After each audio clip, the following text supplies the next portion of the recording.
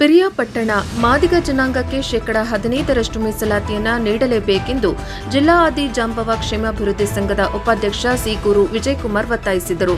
ಪಟ್ಟಣದಲ್ಲಿ ಒಳ ಮೀಸಲಾತಿಯನ್ನು ಜಾರಿಗೊಳಿಸಬೇಕೆಂದು ಮಾದಿಗ ಜನಾಂಗದಿಂದ ಬೃಹತ್ ಪ್ರತಿಭಟನೆಯನ್ನು ಸೋಮವಾರ ನಡೆಸಿದ ಸಂದರ್ಭದಲ್ಲಿ ಪ್ರತಿಭಟನೆ ಕಾರ್ಯಕ್ರಮವನ್ನು ಉದ್ದೇಶಿಸಿ ಅವರು ಮಾತನಾಡಿದರು.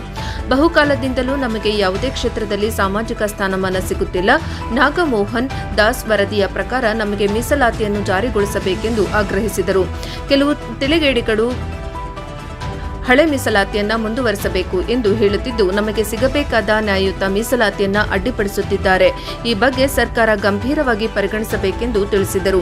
ಮುಂದಿನ ದಿನಗಳಲ್ಲಿ ಕೂಡಲೇ ಸಾಮಾಜಿಕ ನ್ಯಾಯವನ್ನ ಮಾದಿಗ ಜನಾಂಗಕ್ಕೆ ನೀಡದಿದ್ದರೆ ರಾಜ್ಯ ಸರ್ಕಾರದ ಮಂತ್ರಿಗಳ ಮನೆಯ ಮುಂದೆ ತಮಟೆ ಚಳವಳಿ ನಡೆಸುವುದಾಗಿ ವಿಜಯಕುಮಾರ್ ಎಚ್ಚರಿಕೆ ನೀಡಿದರು. ಈ ಸಂದರ್ಭದಲ್ಲಿ ತಾಲೂಕು ಆದಿ ಜಾಂಬವ ಕ್ಷೇಮಾಭಿವೃದ್ಧಿ ಸಂಘದ ಅಧ್ಯಕ್ಷ ಸಿಜೆ ರವಿ ಮತ್ತು ಮಾಜಿ ಅಧ್ಯಕ್ಷ ಆರ್ಡಿ ಚಂದ್ರು, ಗೌರವಾಧ್ಯಕ್ಷ ಭೂತನಹಳ್ಳಿ ಶಿವಣ್ಣ ಮಾತನಾಡಿದರು. ಬೇಗೂರು ಮಹಾದೇವ್, ನರಸಿಂಹಮೂರ್ತಿ, ಬಸವರಾಜ್, ಆರ್ಸಿ ಚಂದ್ರು, ಸಣ್ಣಪ್ಪ, ಅಬಾರಿ ರವಿ, ಹೊನ್ನಳ್ಳಿ ಲೋಕೇಶ್, ಆನಂದ್, ಮುತ್ತೂರು, ಕುಮಾರ್, ವಿಷ್ಣು, ಮಾಕನಹಳ್ಳಿ, ವೆಂಕಟೇಶ್, ರಮೇಶ್ ಮಹಿಳೆಯರು ಪ್ರತಿಭಟನೆಯಲ್ಲಿ ಪಾಲ್ಗೊಂಡಿದ್ದರು.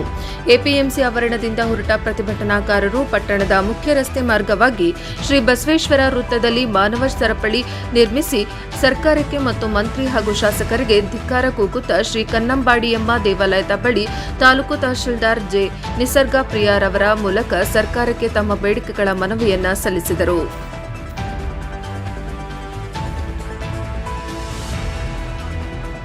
ಎಲ್ಲರೂ ಅಧ್ಯಯನ ಮಾಡಿರೋದು ಒಂದಲ್ಲ ಒಂದು ರೀತಿ ಮಾದಿಗರಿಗೆ ಶೋಷಣೆ ಮಾಡಿದ್ದೀರಿ.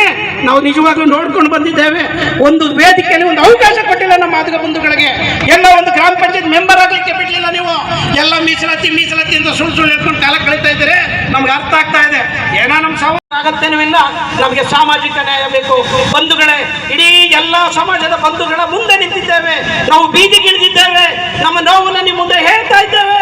ನೀವೆಲ್ಲರೂ ನಮ್ಮನ್ನು ಅರ್ಥ ಮಾಡಿಕೊಂಡು ನಮ್ಮ ಕಣ್ಣೀರಿಗೆ ತಾವೆಲ್ಲ ಕರುಣೆ ತೋರಿಸಿ ನಮಗೆ ಸಾಮಾಜಿಕ ನ್ಯಾಯವನ್ನು ಕೊಡುವುದರಲ್ಲಿ ಇನ್ನು ಮುಂದೆ ಬಸವಣ್ಣನ ದೇಶವನ್ನು ಕಟ್ತೀರಿ, ಬುದ್ಧನ ದೇಶವನ್ನು ಕಟ್ತೀರಿ, ಅಂಬೇಡ್ಕರ್ ಸಿದ್ಧಾಂತಕ್ಕೆ ಬೆಲೆ ಕೊಡ್ತೀರಿ ಅಂತಕ್ಕಂಥ ಮಾತನ್ನ ಈ ಸಂದರ್ಭದಲ್ಲಿ ಹೇಳಿ, ಇನ್ನು ಮುಂದೆ ಯಾವುದೇ ರೀತಿ ನಮಗೆ ಸಾಮಾಜಿಕ ನ್ಯಾಯ ಸಿಗಲಿಲ್ಲ ಅಂದ್ರೆ ಖಂಡಿತವಾಗಿ ಮನೆ ಮುಂದೆ ತಮಟೆಯನ್ನು ಬರೆಸ್ತೀವಿ, ಮನೆ ಮುಂದೆ ಧಿಕ್ಕಾರವನ್ನು ಕೂಗ್ತೇವೆ.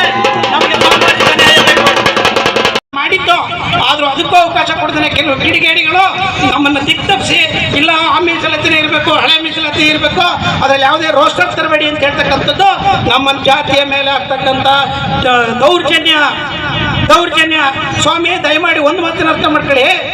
ಮಾದಿಗರು, ವಲಯರು, 101 ಜಾತಿ ಏನಿದ್ದಾರೆ ಅವರೆಲ್ಲ ಯಾರ್ಯಾರ ಮೇಲೆ ದೌರ್ಜನ್ಯ ಮಾಡಿದ್ರೆ ಅದನ್ನ ದೌರ್ಜನ್ಯ ಪ್ರಕರಣ ಅಂತ ಪರಿಗಣಿಸೋದಲ್ಲ. ನಮ್ಮ ಮೇಲೆ ಯಾರು ದೌರ್ಜನ್ಯ ಮಾಡಿದ್ರು ಕೂಡ ಅದು ದೌರ್ಜನ್ಯ ಅಂತ ಕನ್ಸಿಡರ್ ಮಾಡಿ ಅದಕ್ಕೆ ಉತ್ತರವನ್ನು ಕೊಡುವಂತ ಕೆಲಸವನ್ನು ಆಗಬೇಕು. ದಯಮಾಡಿ ಬಂಧುಗಳೇ, ನಾವೆಲ್ಲ ಶಾಂತಿ ಅಂತಲೇ ಹೋಗೋಣ.